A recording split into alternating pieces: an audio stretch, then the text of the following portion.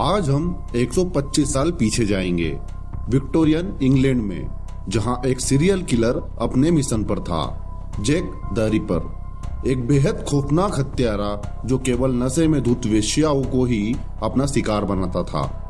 कौन था वो और क्यों करता था वेश्याओं की हत्या? क्रिमिनल फाइल्स में हम आज कहानी सुनेंगे जैक द रिपर की। वीडियो में आगे बढ़ने से पहले वीडियो को लाइक और चैनल को सब्सक्राइब जरूर करें। सितंबर 1888 लंदन के अखबार में एक सनसनीखेज खत छपा। कहा जाता है कि वह खत लंदन के पूर्वी इलाके में घूम रहे एक खतरनाक हत्यारे ने लिखा था। अखबार में छपे खत में उसने अपनी पहली हत्या के बारे में अच्छे तरीके से जानकारी दी थी। उसने यह भी बताया कि वह और हत्याएं करने वाला है। अखबार में छपे इस सनसनीखेज खत के बारे में पुख्ता जानकारी नहीं थी कि इसे उस सीरियल किलर ने ही लिखा है, मगर इस खत ने उस हत्यारे को एक पहचान, एक नाम दे दिया, Jack the Ripper. Jack the Ripper ने 5 हत्याएं की। सबकी जान वह एक खास तरीके से लेता था। उन 5 के गर्दन किसी तेज धार वाले हथियार से रेंदे गए थे। लंदन का व्हाइट चैपल इलाका वेश्याओं का गढ़ माना जाता था। जैक ने इसी इलाके में ज्यादातर हत्याओं को अंजाम दिया। 31 अगस्त 1988 का दिन जैक ने अपना पहला शिकार किया। वहां मेरी एन निकोलस थी। मेरी निकोलस का शव सुबह सुबह 2 कारोबारियों को मिला। एक कारोबारी ने बताया, हम वहां गए, देखा एक औरत जमीन पर पड़ी हुई है। पहली नजर में पता नहीं चल रहा था कि वह नशे में धुत होकर पड़ी है या मर गई है। मेरे साथी ने टॉर्च दिखाई। उसका गला रेंदा हुआ था। इस हत्या को बस एक ही सप्ताह गुजरा था कि एक और वेश्या एनी चैपमैन की हत्या हो गई। हत्या लगभग एक ही तरीके से की गई थी। 8 सितंबर 1888 का दिन अखबार में खबर आई, लंदन खूनी साए के गिरफ्त में है। वह अनाम वेशी, आधा दानव आधा इंसान अभी तक फरार है। रोज सड़कों पर खतरनाक इरादों के साथ निकलता है और बेबस और कमजोर वर्ग के लोगों को अपना शिकार बनाता है। वह खून के नशे में है। बचो, उसे और शिकार चाहिए।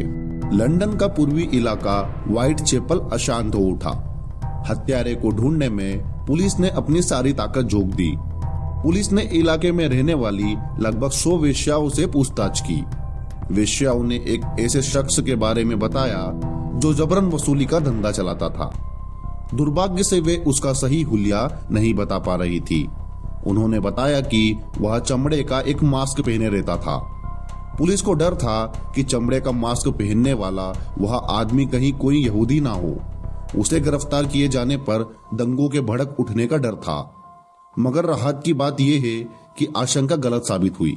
सितंबर के अंत में अपने खतरनाक इरादों के साथ रिपर एक बार फिर वापस आया। इस बार उसने 2 औरतों को अपना शिकार बनाया।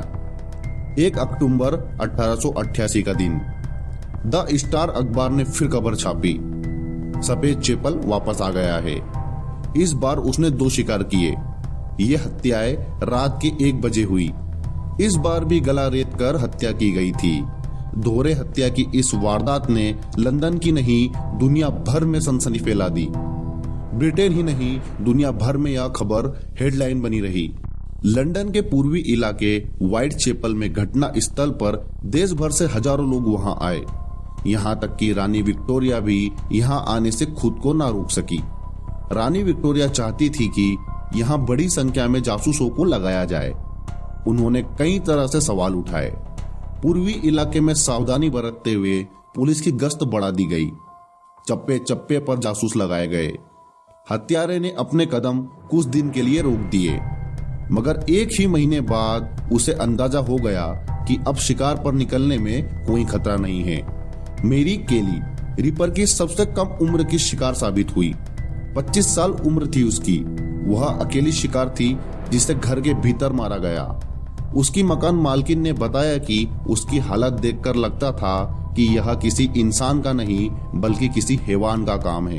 लेकिन इस घटना के बाद भी हत्यारा पकड़ा नहीं गया। भले ही बाद में जैक द रिपर ने हत्याएं करनी बंद कर दी, मगर वहां विक्टोरिया युग के इंग्लैंड को याद दिलाता रहा। रिपर की कहानी इसलिए भी लोगों को रोमांचित करती है कि उसके बारे में अभी भी रहस्य बना हुआ है।